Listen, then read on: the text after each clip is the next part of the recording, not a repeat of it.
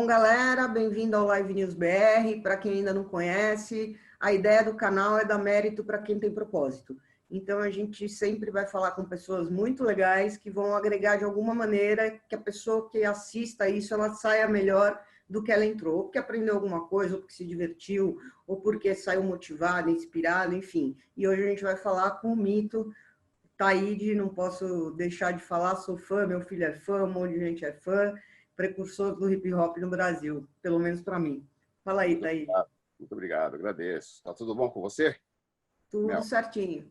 obrigado pelo convite aí mais uma vez. Graças a Deus a gente consegue se encontrar sempre, né? Ou pessoalmente ou virtualmente. A gente está sempre em circulação, se encontrando por aí. É um privilégio que eu tenho, graças a Deus. Não, só não me chama de mito porque essa palavra está meio queimada ultimamente. Me chama só de Thaís, está ótimo. É verdade, tinha Me esquecido chama de desse mito, detalhe. Não, até porque mito tiveram vários na história, eu prefiro de Taíde, que só tem um, é verdade. por favor. Vai desde, para não citar exemplos, né? Vai desde nosso goleiro, ex-goleiro do nosso time, até outras pessoas, então é melhor chamar de Taíde, É concordo isso com aí. você. E aí, como é que tá? Primeiro, parabéns pela tua última live, que conversei bastante com a Ana, que a entrevista dela está aqui no canal, a gente segue, assiste, a Ana é um espetáculo, Ana Preta, sobre a produção da live, que foi sensacional, espetacular a tua live de 35 anos de carreira. Sim, sim, tudo foi ideia dela. Ela gosta de se jogar na situação e domina como ninguém. Então, os nomes coloridos, né? O amarelão, a cor que cada um ia usar, a luz, a sequência das músicas, isso tudo são coisas que brotam da cabeça dela e eu aproveito da melhor maneira possível, sem dúvida. Ela é Então, muito tá bom. talentosa. Bom, primeira pergunta que eu tenho para te fazer, assim, em relação ao rap, a molecada que me questiona muito, morre de ciúme que eu te conheço, fala, cara, legal. E aí, eles querem saber qual que é a tua visão em relação aos novos artistas que estão surgindo na cena. Como é que você vê? Tem diferença do que era passado para o que é presente? É uma evolução? Como é que você está vendo o cenário atual? Olha, eu vejo com bons olhos, né? Eu acho que eu não tenho críticas a fazer, até porque quando a gente começa a fazer alguma coisa, a gente não começa a fazer aquilo 100% sabendo. A gente vai pegando a manha, a gente vai lapidando para melhorar o seu trabalho, a sua arte. E isso está acontecendo. Hoje se tem uma linguagem diferente do rap dos anos 80 para os anos 90 e até para o início dos anos 2000. Certo? Então, eles estão, cada dia que passa, incorporando um pouco de cada um desses estilos anteriores e agregando no trabalho deles com uma linguagem atual, uma linguagem nova. E dessa forma eu também vou aprendendo, certo? Essa nova linguagem. E tem também a questão do público. Eles estão sempre, e elas, né? Porque hoje tem muita mulher no rap brasileiro, eles vêm trazendo um novo público. Isso é muito bom. Eu vejo isso com bom os olhos, gosto bastante. Outro dia eu vi que teve um comercial que fizeram com o Oji, é uma marca de carros, e eu achei isso muito legal, porque, poxa, um som marginalizado como é o rap brasileiro, de repente ter um dos seus representantes sendo contratados para fazer o comercial de uma marca, uma grande marca de carros, isso é muito bom, porque independente de qualquer outra coisa, a cultura hip hop é uma cultura, mas existem as suas vertentes, os seus pedaços, que são, sem dúvida nenhuma, são muito comerciais. O jeito que a gente se veste, os equipamentos que o DJ usa, as latas de spray, o mercado de tênis, de boné, de discos, o mercado fonográfico. Então, quer dizer que, sem dúvida nenhuma, a cultura hip hop em si ela é bastante comercial, mas ela é, acima de tudo, consciente. Ela sempre nos dá assim a noção de que a gente pode ser o que a gente quiser, desde que a gente seja positivo e que a gente se desenvolva da melhor maneira possível. E é assim que a gente faz, eu vejo isso nessa nova rapaziada, nessa nova mulherada do rap brasileiro. É claro, às vezes existem esse embate, né, da nova escola, velha escola, mas o importante é que todos estejamos numa escola. Isso é importante. Bacana. Eu vejo muito diferente, assim, da época que a gente se conheceu no Black na Cena, que já faz uns bons anos isso, né? Sim, sim. Faz Então, bastante tempo, hein? faz uns Eu E não vou chutar. esse festival é inesquecível, foi demais. Para mim, Produção e do Lalau, né? e sua também. Sua É. também. Eu estava lá, segurando a onda. Pá! Foi muito louco. Fiquei ali lado a lado de grandes nomes da Black Music mundial e foi um grande privilégio, sem dúvida nenhuma. Não, teve cenas que não dá para esquecer, né? O George Clinton fazendo 70 anos em cima do palco. 70 anos e ainda teve aquela que eu já contei para você nos bastidores, em que cantamos o Parabéns para Você. Estava George Clinton, eu, Chuck D, Flavor Flav, e tinha mais alguém que eu não vou lembrar agora. Cantamos Parabéns a Você para o grande George Clinton. Eu acho que estava o David G.M.X, só fera. E nós cantamos Parabéns para Você, 70 anos para o George Clinton. Eu tenho isso na minha mente, você está entendendo? Eu estava lá. Parabéns para você. Foi muito legal. E fora os shows, o Lee Perry, nós tivemos o Pat Bunton, o Public Enemy, não é? Acho que nós tivemos ali também, se não me engano, o Redman e o... esqueci, o Method Man, se não me engano. Sim, estamos. E encerrou também com o Jorge Benjor. Cara, foi, sem dúvida nenhuma, foi um dos grandes festivais que eu já vivi, que eu já pude acompanhar. E ainda mais participando ativamente, para mim foi um grande privilégio, uma grande honra. Foi uma honra ter você de mestre de cerimônia desse festival.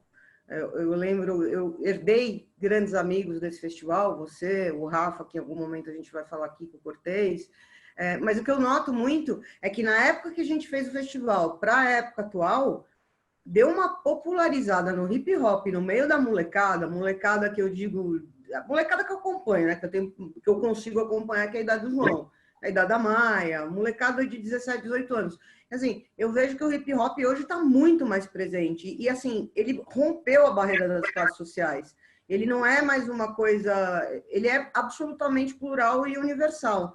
Qual que é o conselho que você dá para essa molecada que despertou para esse movimento e que tem o sonho de entrar na cena e que quer, porque não, ainda tem uma questão de uma galera que vem de uma classe média que está consumindo esse conteúdo, está super empolgado e de alguma maneira quer produzir. Qual que é o conselho que você dá para os sonhadores do futuro? Olha, eu não sei se um conselho, mas pelo menos uma opinião, sabe? É ser verdadeiro no que você vai fazer, né? Não fazer só porque é comercial. E não fazer só porque é consciente. Eu acho que você tem que nivelar essas duas coisas. Porque se você torna aquilo que é consciente também comercial, ele vai ficar mais atraente para quem vai ouvir, sabe? Que é uma música com conteúdo social, mas que tenha um refrão legal, que vai tocar numa pista e as pessoas vão ouvir, vão querer dançar isso. É muito legal, porque a pessoa vai gostar não só do que vai ouvir de informação, mas também do ritmo. Isso vai ser muito mais fácil ser passado adiante. Então, é da mesma forma que se você fizer apenas o comercial, você vai fazer qualquer coisa. Então, eu acho que se você tiver responsabilidade nisso, se você for responsável por aquilo que você vai fazer, você for consciente naquilo que você vai fazer, faça de verdade. Não faça nem por um nem por outro, faça por qualidade. É o que eu penso. A gente pode pegar muitas músicas aí que pode não ter um conteúdo tão interessante na letra, mas a produção era muito bem feita. Então, uma coisa puxa a outra. E quando você vê uma coisa feita apenas para ser comercial, você vê qualquer coisa.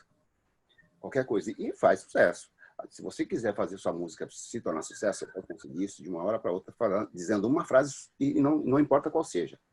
Agora, se você quiser fazer que a sua música se torne uma marca, para que você possa deixar essa marca realmente de verdade, então você tem que pensar em fazer comercial de uma maneira consciente. Tem que ser verdadeiro. Seja você, mais nada.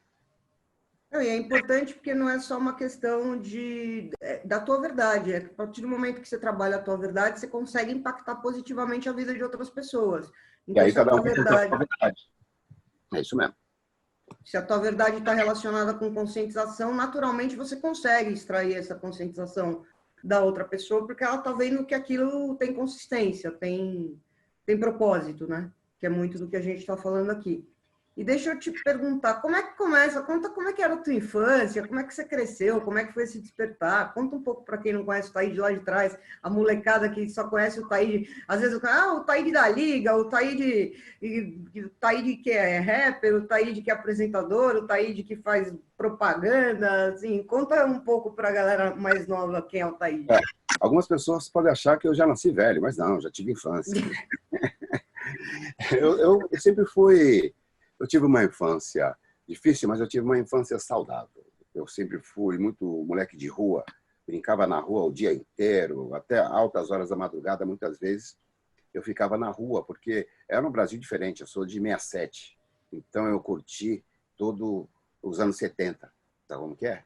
Dos anos 70 até os anos 80, eu curti na rua. A gente não tinha internet, a gente não tinha celular, era muito difícil quem tivesse telefone em casa. Então, era um outro país, era um outro Brasil. Era outro Brasil. Então, eu vim crescendo e absorvendo as coisas que aconteciam ao meu redor. Então, tem os desenhos que eu me lembro muito bem. Eu estou chateado com esse canal, o Boomerang, porque quando eu comecei a assistir esse canal, eu assistia vários desenhos da minha infância.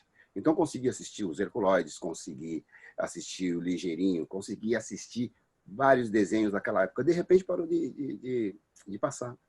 Então, eu tenho que recorrer ao YouTube, que também é muito bom. Mas se o Boomerang puder voltar a passar esses desenhos, vai ser muito bom. E tem outras...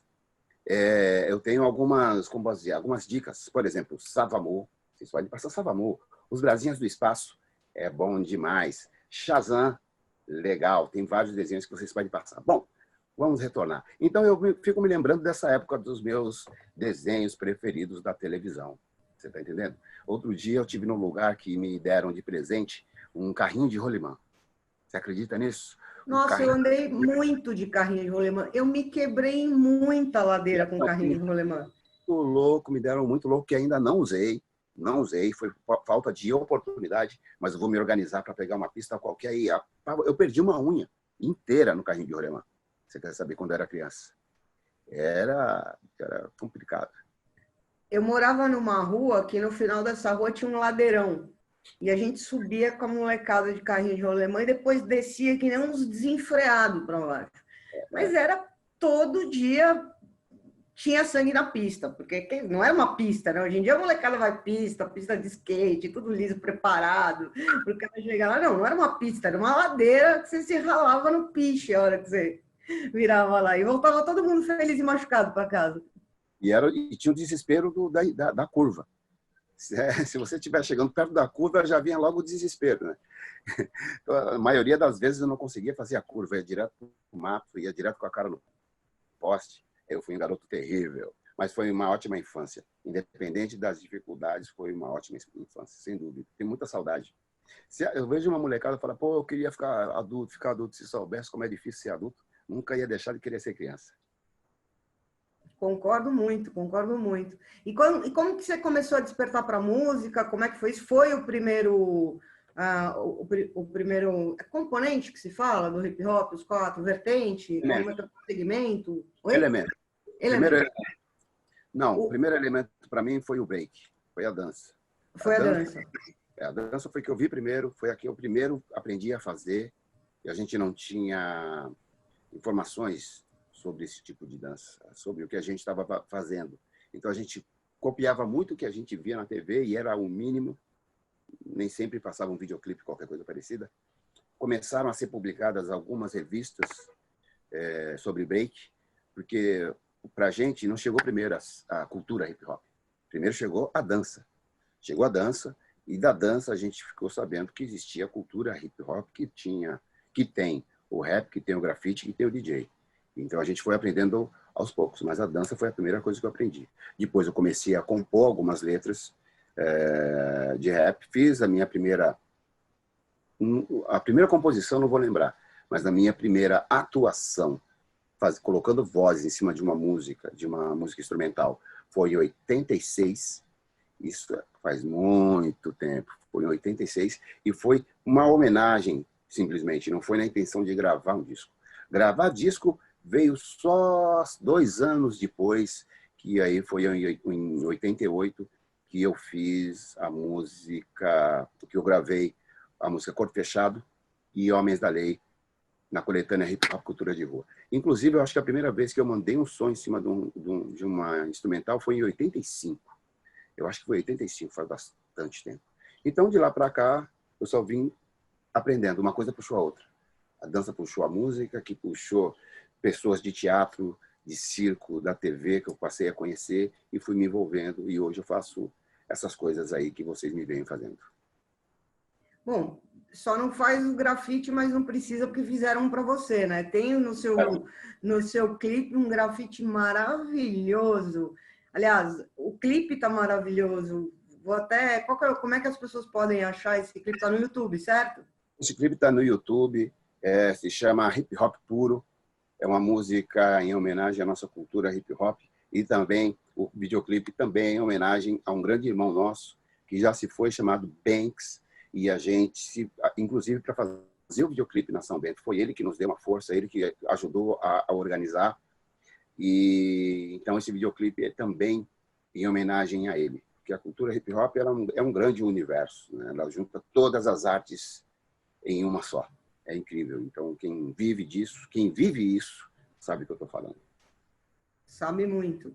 O grafite tá onde, esse grafite? O grafite ele está, ou estava, não sei, nos muros ali do metrô, do terminal Parque Dom Pedro. Parque Dom Pedro, não. Não é Parque Dom Pedro.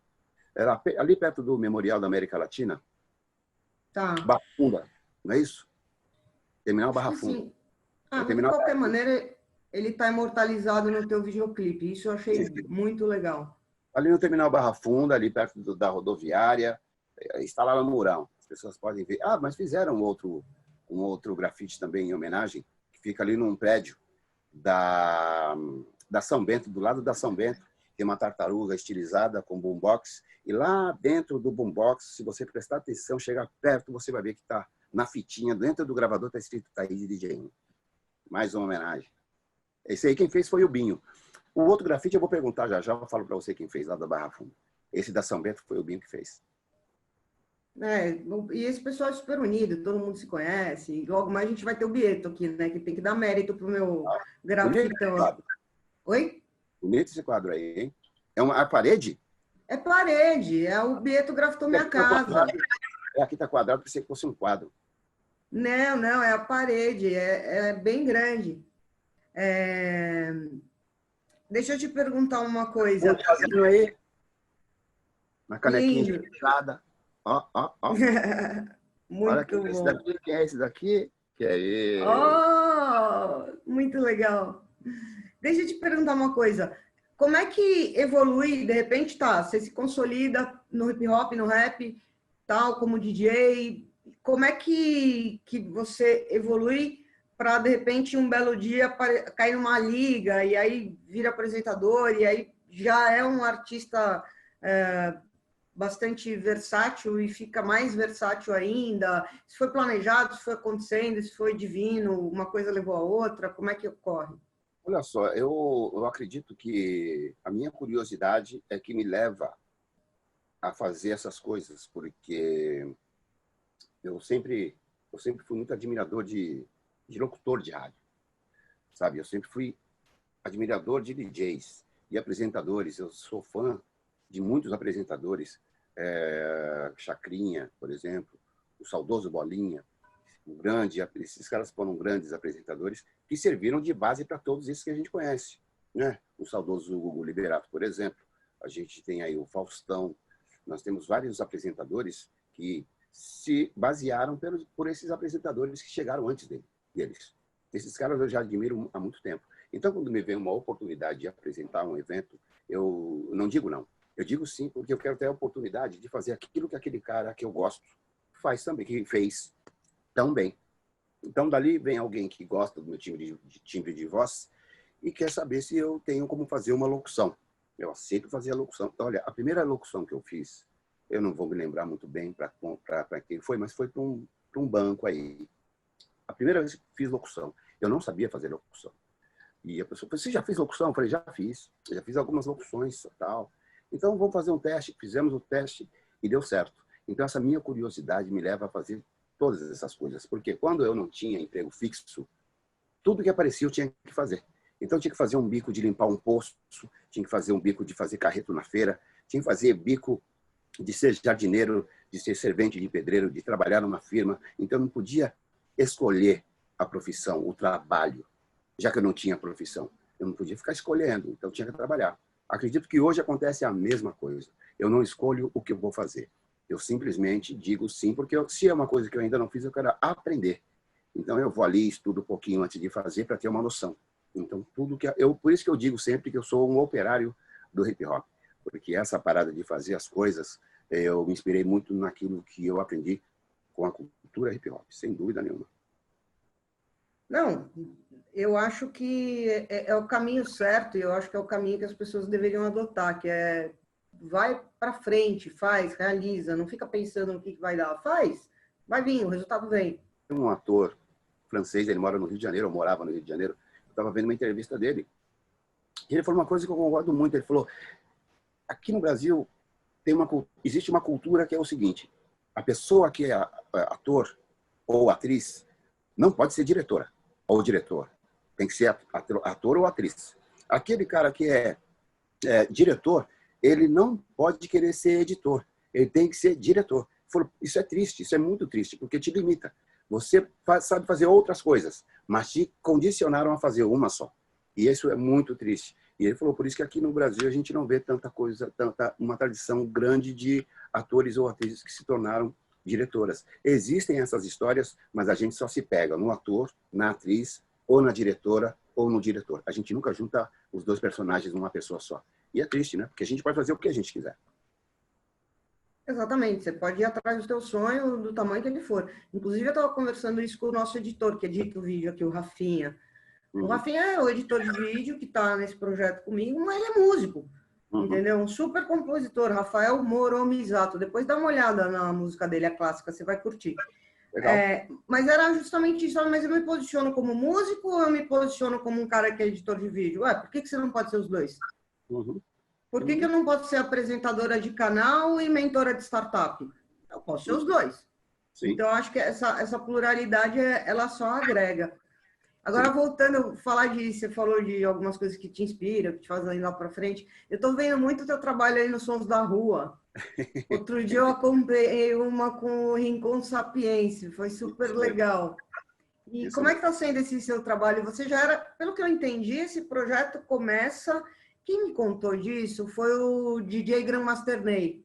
Eu Uhum. encontrei com ele, aí teve uma curadoria. Você está desde o começo desse projeto. Eu cheguei aí em um com vocês, com você e Sim, com a sim. Ana Preta. Eu tive presente ali no embrião, quando o embrião estava começando a se mexer, eu estava lá. E aí me convidaram para ser embaixador do projeto Som das Ruas, que é um festival muito doido, e hoje é considerado o maior festival da América Latina. E eu tenho uma ideia de que esse festival deveria se expandir ainda mais.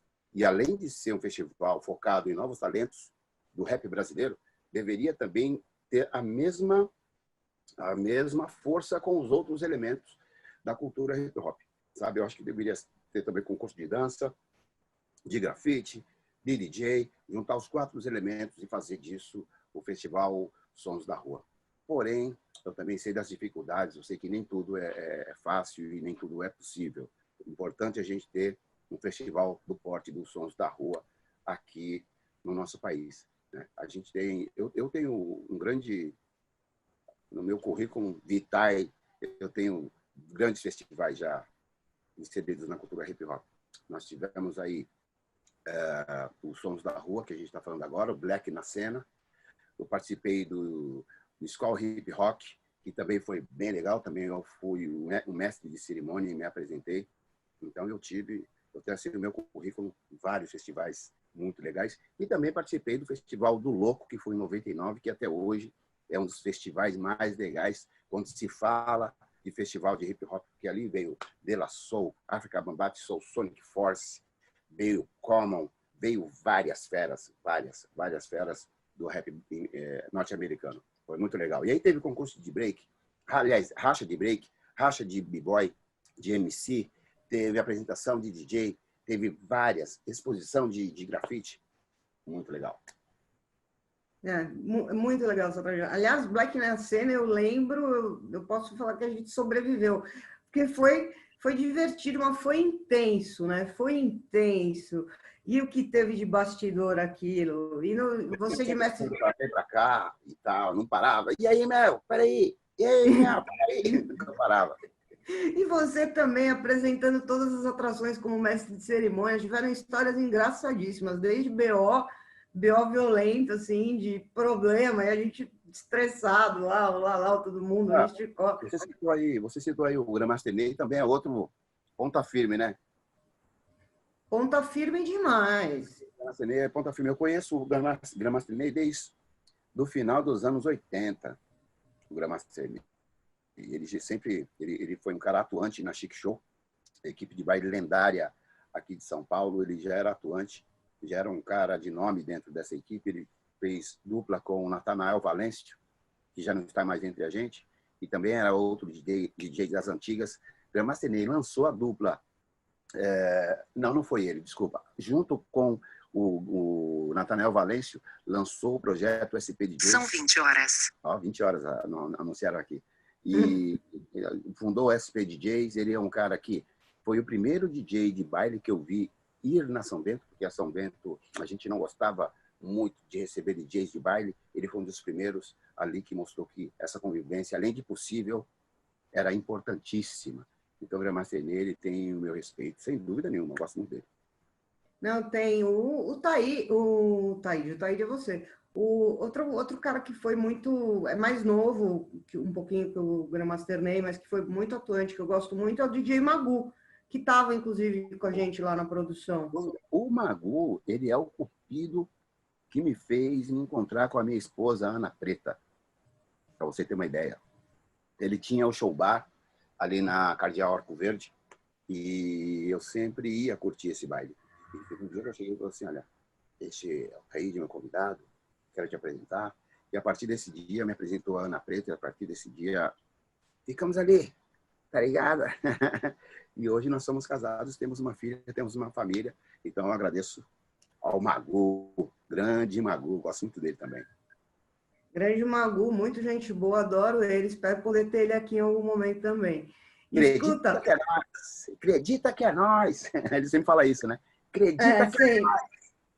Ele tem a tatuagem aqui no braço, uma figura. Escuta, eu lembrei de uma cena muito engraçada também, que eu não vi, mas você me contou depois. No final desse festival, que para quem não entendeu, a gente acabou que se conheceu, estava todo mundo trabalhando de alguma forma, uma galera se uniu depois desse festival, que foi o Black na Cena, feito pelo Ricardo de Paula, pela Entre Produções, enfim. Teve várias histórias engraçadas, mas no final, você foi chamado no palco e ouviu de dentro do carro, né? Eu nem te falo. Mas eu vou contar de qualquer maneira. Eu não sei o que aconteceu, né? O festival começava, a gente não parava mais, né? A gente tinha que entregar o festival e ficar até o final no palco. Isso sempre aconteceu em todos os dias. Porém, nesse último dia, não sei se eu comi ou se eu bebi alguma coisa que me fez mal. Comecei a me sentir estranho ali. E eu sabia que não ia dar muito certo eu ficar muito tempo. Só que eu ainda tinha que apresentar o Jorge Benjor. Aí eu cheguei para a produção e perguntei, só tem o Jorge Benjor, depois não tem mais nenhuma atração? Não. Acabou o Jorge, você apresenta e você está livre. Falei que eu preciso ir, eu estou passando mal, estou meio enjoado, preciso ir embora. Eu fui, apresentei o Jorge Benjor e falei, rapaziada, eu estava com a minha equipe, falei, ó, vamos aí que eu vou passar em algum lugar, comprar alguma coisa para beber. Eu estou mal, cara, eu tenho certeza que eu vou chamar o Hugo aqui. Ah, vamos embora. Eu estou dentro do carro, já saindo pelo portão, e eu ouço o Jorge Benjor. E aí, Taíde? Chega aí, Taíde, vem mandar uma rima aqui comigo. E eu já estava dentro do meu carro, falei, não acredito, nem vou voltar, porque só vai ser para dar uma desculpa. Então, aquele dia foi trágico, Eu gostaria de estar lá para mandar a rima com ele, sem dúvida nenhuma. Mas no final você mandou a rima com ele, porque eu lembro que o Nisticó convidou a gente para ir no show dele. Também é um outro detalhe, porque nesse dia eu não estava, você sabe, eu não estava preparado. Eu nem avisei que eu estava lá, certo? E a gente estava ali naquele mezanino, naquele lugar, não sei se era camarote. Eu me lembro até que nós estávamos tranquilos ali, né? Porque a parte de cima estava tranquila, não estava cheia de gente. Eu cheguei e já mandei logo meu uísque. Você sabe, você me conhece, né? Já mandei logo meu copo de uísque. Falei, bom, hoje só vim assistir mesmo, só vim curtir. Já mandei outro. Já fiquei daquele jeito, né? Perto de Alepo, para lá de Bagdá. Aí, de repente, vem alguém da produção. Taíde, o Benjá está te chamando lá no palco. Eu gostaria que você fosse, não acredito. Eu não acredito. Mais uma onde eu não estou com condições para atuar. Mas eu fui. Eu fui, chamei o refrãozinho ali do Tempo Bom, dei aquela disfarçadinha, pá, aí, ó. Mas eu mandei o meu recado. Mandei o meu recado. Foi muito legal. Mandou muito bem. Foi o Nisticó que estava com a gente, aliás, é outro querido que a gente precisa se reencontrar. Pode ver. Foi muito legal. Foi uma cena, porque quem estava assistindo o show não foi nada programado, as pessoas não tinham a menor noção que ia ter uma participação especial tua no palco. E foi Sim. uma coisa inesperada. O público ficou assim. Eu lembro que a galera aplaudiu de pé. E depois a gente ainda saiu, porque era uma noite de lazer nossa, né? A gente tava... Era uma noite de lazer e a gente curtiu muito legal aquela noite. Foi muito legal mesmo.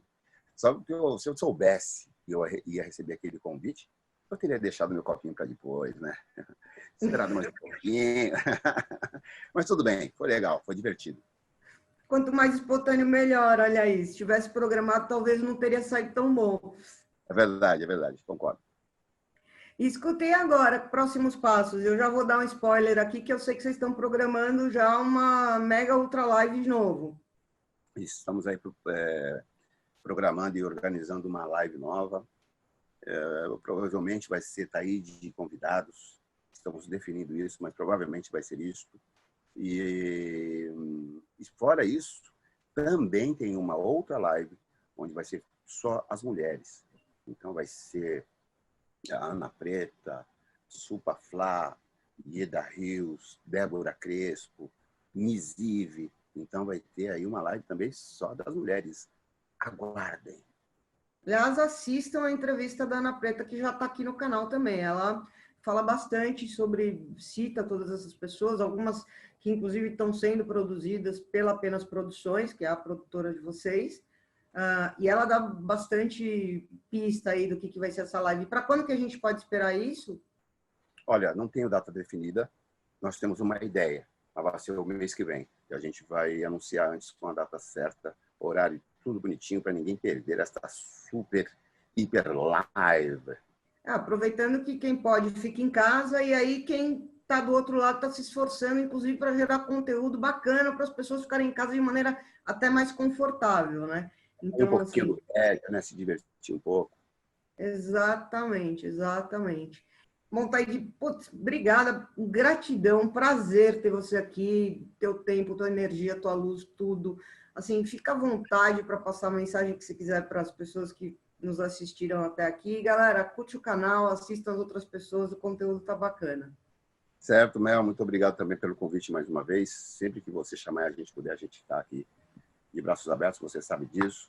As pessoas que estão nos ouvindo e assistindo e quiser conhecer um pouco mais do meu trabalho, por favor, se inscrevam no meu canal do YouTube, em toda a rede, a Taíde Oficial, no Instagram, no Twitter, no YouTube, no Facebook. É só chegar e colar com a gente para saber um pouco mais do que a gente anda fazendo. Mas, se quiser se inscrever no canal do YouTube, será bem-vindo, porque sempre temos conteúdo para as pessoas se divertirem e se informarem também. Mel, muito obrigado pelo convite mais uma vez, hein? Obrigada a você por aceitar e ceder seu tempo. Ah, Beijo na família. Antes de sair fora, eu tenho que lembrar que estou com uma música atual, música nova lá no YouTube, que é Aula de Inglês.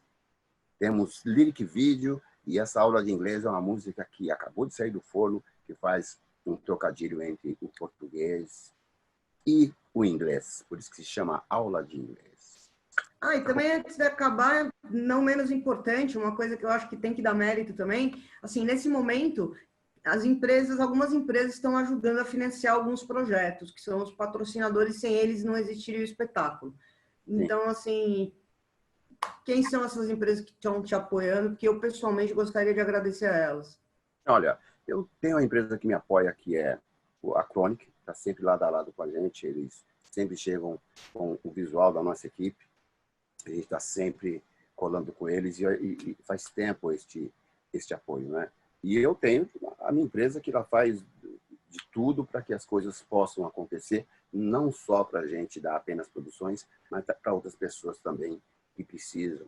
Então, por mais que a gente não tenha, às vezes, conseguido fazer aquilo que a gente quer, a gente tem conseguido fazer aquilo que a gente pode fazer. Então, a gente faz. Então, quero agradecer muito a Chronic, que sempre chega com a gente junto, sempre está aí na área com a gente. Maravilha, beleza.